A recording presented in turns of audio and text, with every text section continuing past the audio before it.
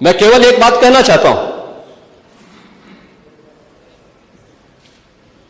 कि अगर संभल के बारे में हम जब बात करते हैं महोदय, एक लंबा सिलसिला है इस संभल का, और अगर मैं संभल की जब चर्चा करता हूं तो संभल में कैसे माहौल खराब किया गया वहां पे। ये संभल में दंगों का जो इतिहास है 1947 से ही प्रारंभ होता है। 1947 में एक मौत होती है, 1948 में 6 लोग मारे जाते हैं, 1958 में भी दंगा होता है, 1962 में भी दंगा होता है, 1976 में भी 5 लोगों की मौत वहां पर हुई थी, और 1978 में 184 हिंदुओं को सामूहिक रूप से जला दिया गया था। 184 हिंदुओं को हत्या हुई थी, हिंदुओं की हत्या हुई थी और जलाया भी गया था, और 184 हिंदू मारे गए थे वहां। 184।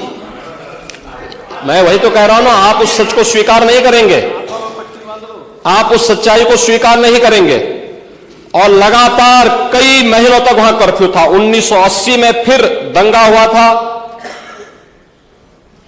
एक मृत्यु हुई। 1982 में फिर दंगा हुआ, एक मृत्यु हुई।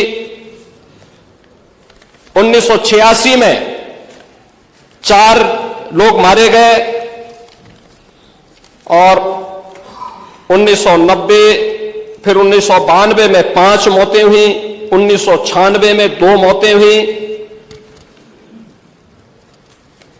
ये लगातार इस सिलसिला चलता रहा 1947 से लेकर के अब तक।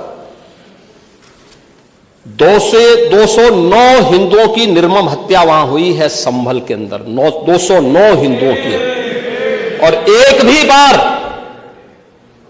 बार किसी ने उन निर्दोष हिंदुओं के लिए कभी 2 शब्द नहीं कहे, उनके प्रति, उन परिवारों के प्रति संवेदना के शब्द नहीं कहे। महोदय, जो आज घड़ियाली आंसू बहा रहे हैं, ये लोग कभी भी उन निर्दोष हिंदुओं के बारे में कभी 2 शब्द नहीं कहे।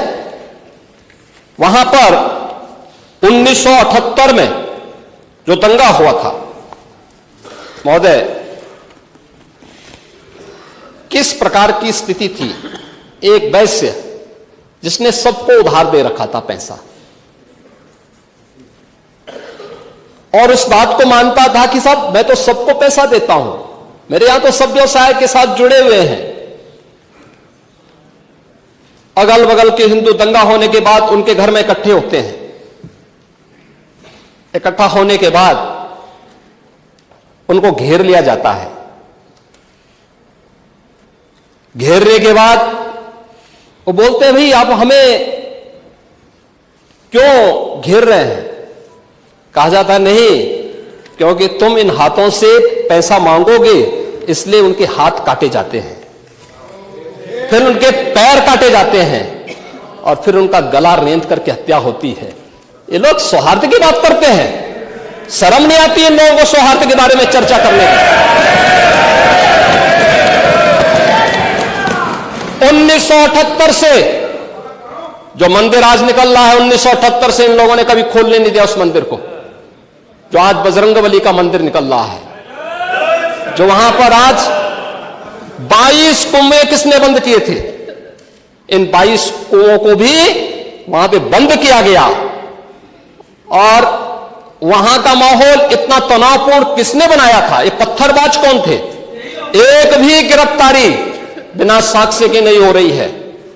और याद रखना, जिसने पत्थरबाजी की होगी, जिसने माहौल खराब किया होगा, उसमें एक भी बचने वाला भी नहीं है।